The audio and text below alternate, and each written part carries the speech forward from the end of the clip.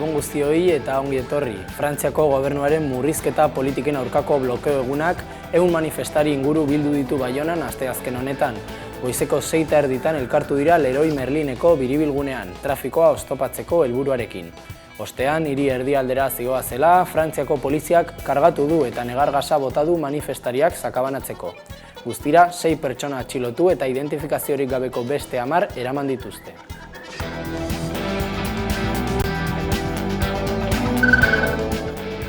Gasteizko udalak Olarizuko zelaiak segatu dituela salatu dute lorezainek. Sindikatuek argitaratutako bideo batean traktore bat azaltzen da belarra mozten, Olarizuko erromeriarako prestakuntza lanak egiten udaltzaingoaren babespean.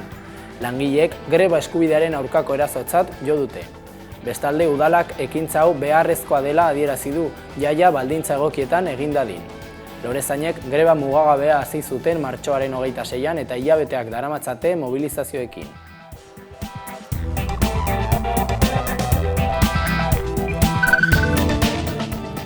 Zetak taldeak 3 ordutan agortu ditu sarrerak San Mamesen 2026ko ekainaren 20an egingo duen mitoaroa 3 ikuskizunerako.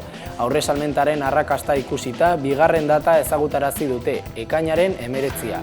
Asteazken honetan aurretik ikuskizunen batera joandako ikusleek izan dute aukera tiketak eskuratzeko eta bihar irekiko da salmenta orokorra, goizeko 11etan.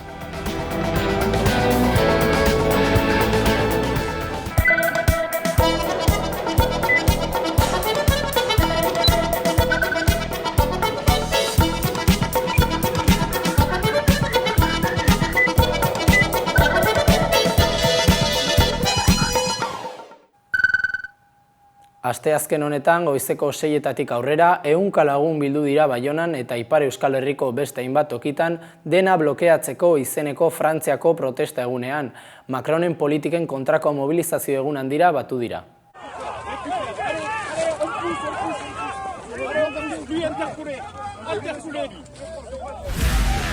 Asteazken honetan goizeko 6etatik aurrera 100 lagun bildu dira Baionan eta Ipar Euskal Herriko beste hainbat tokitan dena blokeatzeko izeneko Frantziako protesta egunean. Macronen politiken kontrako mobilizazio egunan dira batu dira. Helburua errepideak eta zentro logistikotarako sarbideak moztea izan da, gobernuaren politika ekonomikoa salatzeko eta zerbitzu publikoetarako funts gehiago eskatzeko. Polizia frantsesak berehala erantzun du. Leroy Merlineko biribilgunean manifestariek ospitaletarako dirua ez multinazionalentzat bezalako leloak oihukatu dituzte lekuan. Poliziak negargas botilak hartu eta pankartak kendu ditu. Zenbait pertsona minutu gutxitan atxilotu dituzte. Goizerdian 20 atxiloketa inguru zenbatu dituzte Ipar Euskal Herrian, 200 gora Frantzia osoan. Bai, pentsatzen dut karikatik gauza initz denboran aldatu direla, eta beraz segitu behar dugula. Azken urte horietan ez da lortu, baina horrek ez du egan nahi ere hortan geldituko dela. Eta bai, bozkatu eta jendeak badu bere hitza eramaiteko kariketara erakusteko asegea. Antzeko ekintzak egin dira Angelun, Dasaul lantegitik gertu errepidea moztuta. Antolatzaileek errepresibotzat jo dute poliziaren jarduera, baina ziurtatu dute mobilizazio horiek kanpaina iraunkor baten hasiera baino ez direla. Deialdia sare sozialen bidez zabaldu dute eta sindikatu batzuek babestu dute. François Bayrou lehen ministroaren dimisioaren eta Sebastien Lecornuren etorreraren ostean tentsio handiko giro politikoan gertatu da. Eta Emmanuel Macronen gaineko presio soziala mantentzea du helburu.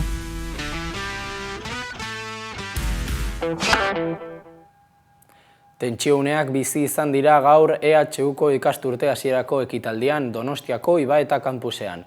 Palestinaren aldeko protestak eta unibertsitate publikoaren finantzaketa eskatzeko mobilizazioak izan dira nagusi. EHUko ikasturte hasierako ekitaldi ofiziala izan da asteazken honetan Donostiako Ibaeta kanpusean. Bertara hurbildu da Imanol Pradales, Euskal Autonomia Erkidegoko lehendakaria. Tentsio uneak bizi izan dira ekitaldiko sarreran, izan ere, Palestinaren aldeko protesta bat eta Eusko Jaurlaritzari unibertsitate publikoaren beharrezko finantzaketa eskatu dion agerraldi bat egon dira. EHUko errektorea Jose Ramon Bengoetxea giroa baretzen saiatu da, baina protestek eta oihuek jarraitu egin dute. Palestinaren aldeko mobilizazioa ikasle abertzaleak antolakundeak deitu du. Palestinar erresistentzia aurrera lelopean. Horretan, Israelgo estatu terroristarekin eusko jaurlaritzaren eta EHUren konplizitatea salatu dute. Bestalde, Gazarako bidean den Global Summit flotillari erreferentzia egiten dioten pankartak ere erakutsi dituzte. Testuinguru horretan, EHUko errektoreak ekitaldiari hasiera eman dio minutu bateko isilunearekin, Palestinako herriari elkartasuna adierazteko. Ekitaldiaren aurretik, LAB, Steilas, ELA, USO eta CGT sindikatuek deituta kontzentrazioa egin dute kampusean, EHUren finantzazioa hobetzeko eskatzeko. Bertan, eusko jaurlaritzari unibertsitate publikoaren beharrezko finantzaketa bermatzeko eskatu diote, eta errektoretzari EHU irmo defendatzeko. Ordiziako Euskal Jaietako azoka berezia ospatu da asteazken honetan.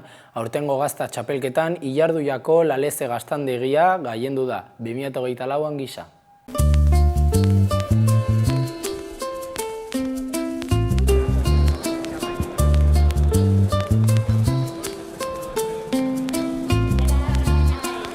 Laleze gaztak irabazi du Ordiziako 52. gazta lehiaketa. Urrezko kutxa garaikurra ere irabazi du, 10 urtean 3 aldiz irabazi baitu lehiaketa. Donostiako itxaropena jatetxeak 5.200 euroan lortu du gazta erdia online zen presentzialki egin denen kantean. 55 gaztagilek hartu dute parte lehiaketan, eta sailkapena hauek osatu dute. Lekarozko kortariak, Bizkaiko Ipiniburuk, Egozkueko Loperenak eta Segurako Goiburuk.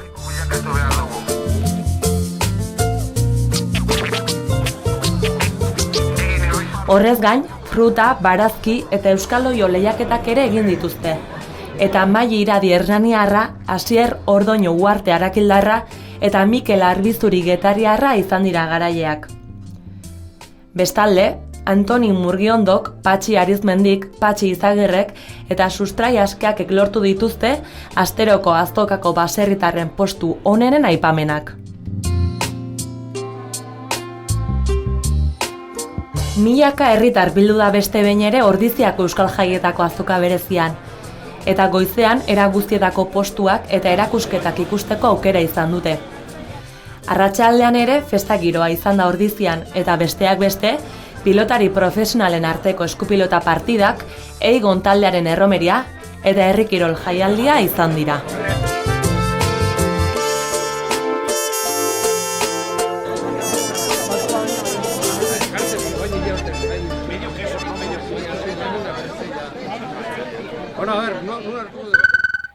Asteazken honetatik aurrera abian da Ibaitik itsasora herri ekimena, Nafarroa eta Gipuzkoa 10 egunez zeharkatuko duen ibilaldi solidarioa. Tuteran hasi eta Hendaiara amaituko da Palestinar herriaren aldeko ekimena. Abian da asteazken honetan Ilakamar Tuteran Ibaitik itsasora herri ekimena. Nafarroa eta Gipuzkoa 10 egunez zeharkatuko dituen ibilaldi solidarioa. Hendaiara iritsi arte Palestinar herriaren alde. Antolatzaileen arabera ibilaldiak Palestinako egoera ikusarazi nahi du eta kolektibo sozialak eta herritarrak elkartu, kirola, memoria eta errebindikazioa uztartzen dituen ibilbidean. Etapetan zehar, martxak, kontzentrazioak eta kultura jarduerak egingo dira. Ekialde hurbilean bake justua beharrezkoa dela gogorarazteko. Lehenengo egun honetan goizeko 9:30 abiatu da Bardeako komunitatearen egoitzatik, Tuterako San Martzial kalean. Taldeak Doneiako bidea egin du Kastejonera iritsi arte, 14 kilometro eta 4 orduko inguruko ibilaldiaren ondoren. Arratsaldeko 6etan elkarretaratzea eta hainbat ekitaldi eginen dira Kastejongo Espainia plazan. Herriberan hasi ondoren ibilaldiak iparralderantz jarraituko du. Kastejonetik Tafaiara eta ondoren Iruñera, Sakana, Beasain eta Tolosatik jarraitzeko. Azkenik Gipuzkoako kostaldea zeharkatuko du Donostiaraino eta handik Hendaiara iritsiko da hilaren 19an. Ebro eta Kantauri itsasoa lotu nahi dituen amaiera simbolikoan. Palestinarekiko nazioarteko elkartasun keinu gisa.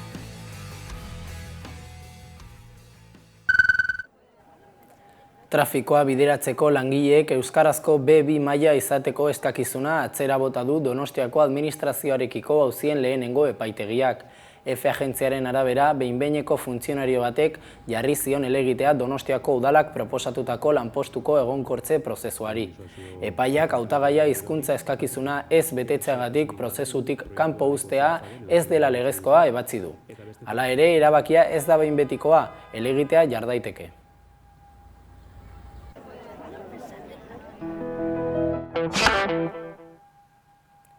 Markinako unifrontoian jokatuko da aurten Bullet Team Seriesen bigarren edizioa. Txapelketa erdi profesional honetan 6 taldek parte hartuko dute eta bakoitzean kapitain profesional bat egongo da. Bullet Team Seriesen bigarren edizioa Markinako unifrontoian jokatuko da. Hala azaldu dute aste arte honetan egindako aurkezpen ekitaldian. Taldeka antolatzen den zestapuntako txapelketa erdi profesionala hau guk eta Jon Zabalak zestapunta jokalariak antolatzen dute. Adierazi dutenez, helburu argi bat du txapelketak, zestapunta gazteengana iristea. Ostira honetan hasiko da, Bullet Team Seriesen bigarren edizioa, ekipo mistoz osatuteko txapelketa bat izango da, Euskal Herrien bakarra esango egunke. Eta, bueno, guk telekomunikazio enpresi eta nire partetik daukeune intenzioie, zestapunti amenkorrakadan laguntzi apur bat aldandanien. Irailaren 12tik urriaren 11 bitartean jokatuko dira partidak eta 6 taldek hartuko dute parte. Bakoitzean 4 pertsona egongo dira, 2 neska eta 2 mutil. Gainera, kapitain gisa jokalari profesional bat izango dute. Hoien artean daude Joseba Zuluaga, Atain, Antxon Alberdi, Urbieta, Roberto Lekue eta Mikel Elkoro. Finalak 11 telebistan ikusgai egongo dira. Lehiaketaren izena Jon Zabalaren ezizenetik dator. Zabala, Bullet, bala ingelesez izenez ezaguna da. Frontoian bere pilotek lortzen duten abiaduragatik, hain zuzen.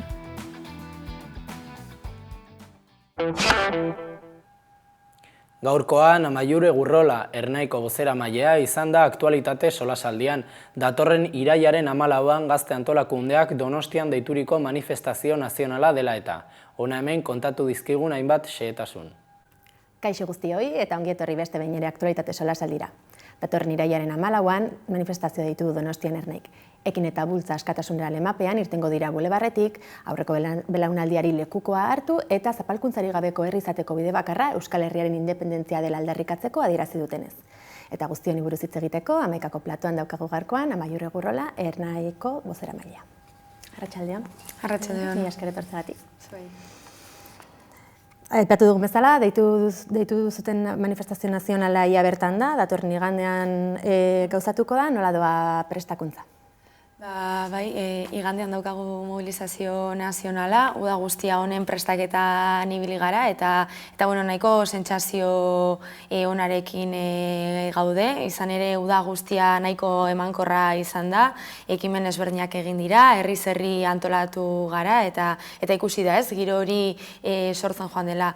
Jai herrikoiek ere horretan lagundu dute, betiko txosnaguneetan eta jaiek ematen duten aukera horrekin, komunitatearekin egoteko aukera horrekin, eta horrez gain ekimen desberdinak ere egin ditugu, ez? Burgos eta Bartzelonan bertan egin genituen ekimenak, txiki eta otaegi fusilatu zituzten tokietan, beraiek gogora ekarriz, eta beraz, uda emankorra izan da, eta iraila hasieran gaude jada, baina lana egin dugu, eta beraz, ondo baloratzen dugu, eta espero dugu guztia ondo joango dela. Aipatu dugun bezala, ekin eta bultza askatasunera da. Zergatik aukeratu dituzue hitz horiek?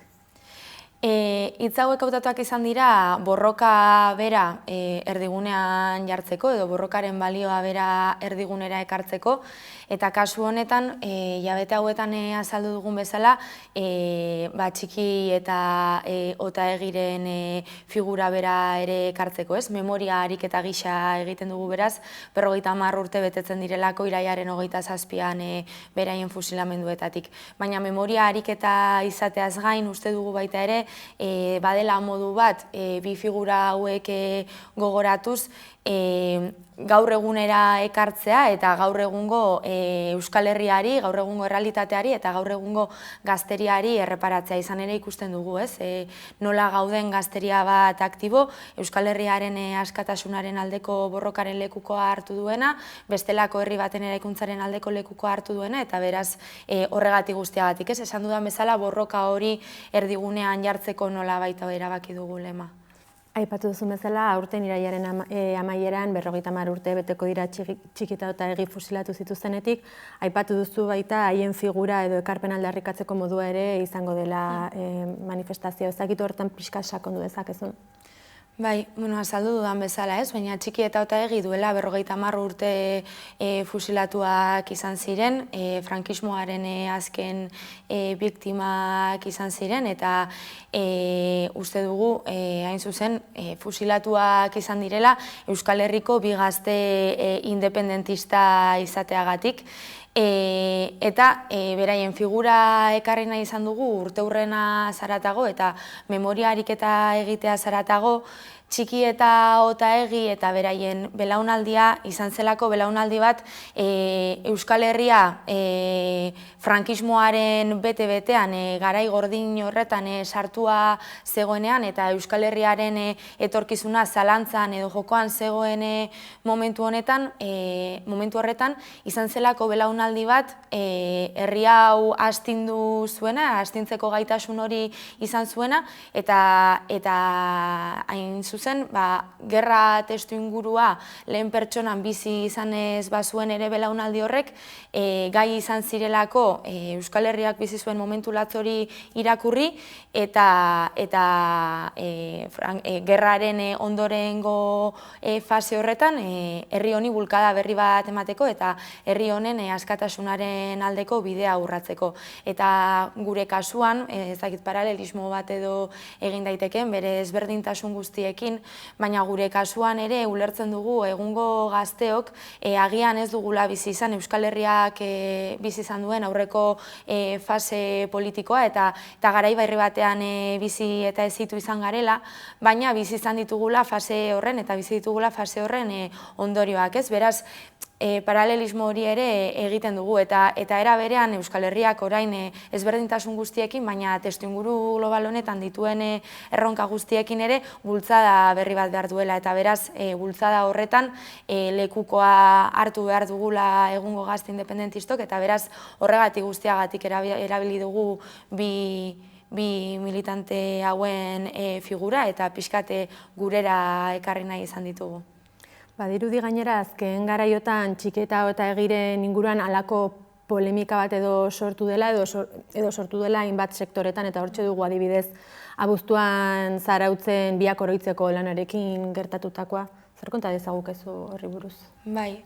Ikusten dugu alde batetik nola egon den saiakera bat Txikita eta Egiren, esan dudan bezala, frankismoaren biktima izan diren bi pertsonen figura kriminalizatzeko, eta era berean beraiek urratu zuten borroka hori eta beraz ordezkatzen zuten proiektu politiko hori desagerrarazteko nahia ere mahai gainean egon dela eta beraz oso larria iruditzen zaigu Zarautzen gertatutakoa lona horren kasuan eta uste dugu horren atzean saiakera hori dagoela modu nabarmen batean. Gero, erakundei eta dagokienez ere, Gogora Institutuko zuzendariaren hitzak ere esanguratsuak dira, aipatu zuelako Txikita eta Egik indarkeria, beldurra eta terrorea erabili zutela, baina aldiz Urkullu lehendakari ohiak errespetua eskatu zuen bi militante horien figurarentzat. Erakundengatik halako hitz kontrajarriak entzutea kontraesana dela derituzue? Guk uste dugu orokorrean oso larria dela horrelako adierazpenak egotea eta horrelako adierazpenak posible izatea. Gogoratu behar da, Txiki eta Egi EAEko memoria legearen baitan biktima izaerarekin aitortuak direla. Eta gogoratu behar da, Txiki eta Egi frankismoaren biktimak direla. Hau da, 40 urte iraun zuen diktadura baten biktimak dira. Diktadura horrek gure herriaren suntsipena zuen helburu, gure hizkuntzaren desagerratzea zuen helburu, gure ikurren kriminalizazioa eta besteak beste hainbat herritar torturatuak eta eraiak izan zirela, beraz, diktadura bat eta hitz egiten ari gara, gure herriarentzat suposatu zuen sufrimendu guztiarekin. Eta iruditzen zaigu txiki eta otaegi diktadura horren biktima gisa aitortuak diren momentuan horrelako adierazpenak egotea kide hauen kriminalizazio saiakera batekin dela alde batetik memoria ikuspegi batetik atzera pausu izugarria eta nabarmen geratzen dela, ez? Nola dauden sektore batzuk memoria bat eta bakarraren eta errelato baten inposizioa egin nahi diotenak herri honi. Beraz alde batetik memoria aldetik atzera pausua dela eta demokraziaren ikuspegi batetik ere atzera pausuak suposatzen dituela. Beraz uste dugu larriak direla adierazpen horiek eta ez ditugu lertzen nola diren posible. Ernaitik ere aipatu duzu aurretik, hainbat ekintza egin dituzue bai txiki eta bai otaegi oroitzeko. Durango, hainbat mural egin duzu, horietako bat Durangon eta horrek ere erasoak jaso ditu. Kriminalizazioaren bide beretik doa eraso hori? Bai, hori da, Zarautzeko haren kasu antzeko gisa ulertzen dugu, ez? Azken finean, badela kriminalizazio saiakera bat eta gure proiektu politikoaren, hau da, Euskal Herriaren askatasunaren aldeko proiektuaren aurkako ekintza bat edo horren desagerrarazte saiakera bat. Datorren igandeko manifara bueltatuz, berau aurkezteko Zarautzen egin zenuten agerraldia pasaden astean, eta bertan azken hilabeteotan gazteak herrietan lanean aritu direla adierazten zenuten, bizi ditugun garai hauetan bide bakarra independentzia dela aldarrikatzeko. Zein zentzutan joan da aipatu zenuten lan hori?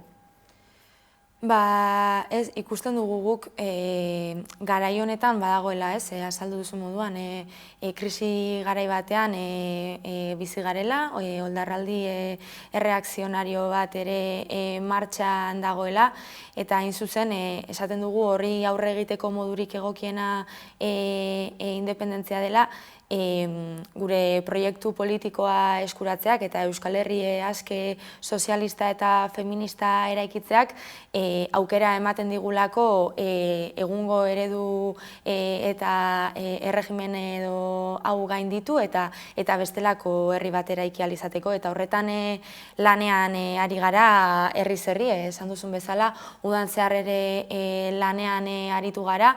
Hasieran aipatu ditudan ekimenak izan daitezke horren adibide, baina baita ere antolatuan ditugun jaiak, komunitatearekin egiten ditugun elkarlanak, eta azken finean ez, gure egitekoa edo ernairen egitekoa badela gazteria, Euskal Herriko gazteria abertzale ezkertiar eta feminista hori artikulatzea eta artikulatzea herriaren askapenaren norabidean.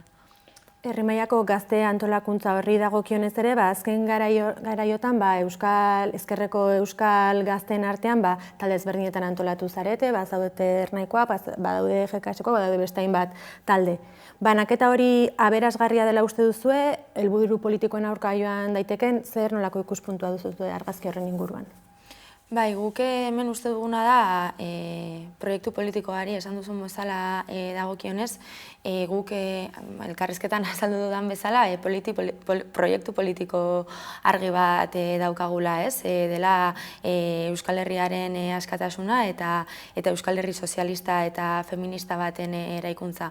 Eta azaldu behar du gainera, proiektu honek urteetako ibilbidea duela, hamarkadetako historia duela atzetik, eta gazte antolakundeak ere 40 urte baino luzeagoa den historia bat duela atzetik, eta guk beraz gu proiektu horretara batzen gara eta proiektu horren alde lanean arituko gara, eta beraz uste dugu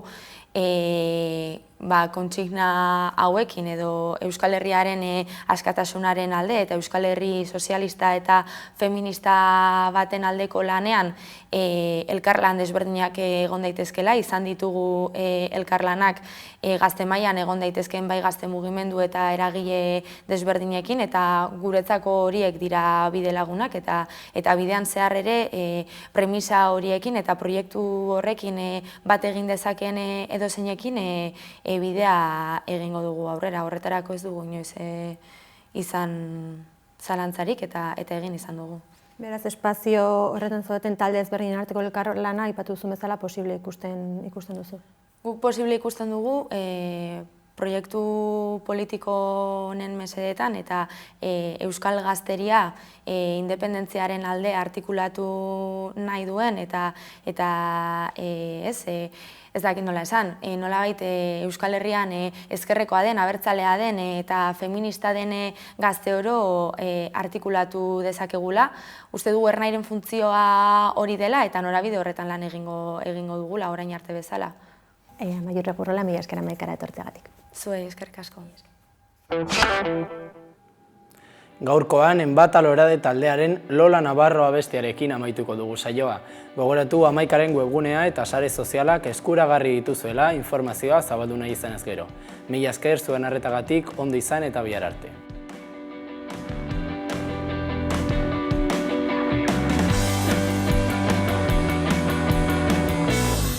Urrunetik argia ikusten da lore sorta bide bazterrean botata jertze gorri batekin alboan zuloak dekozan jertze gorri zikinak nortasun asko izan dauzkanean hizkuntza ezberdinak bidean meliako ezia pasa eban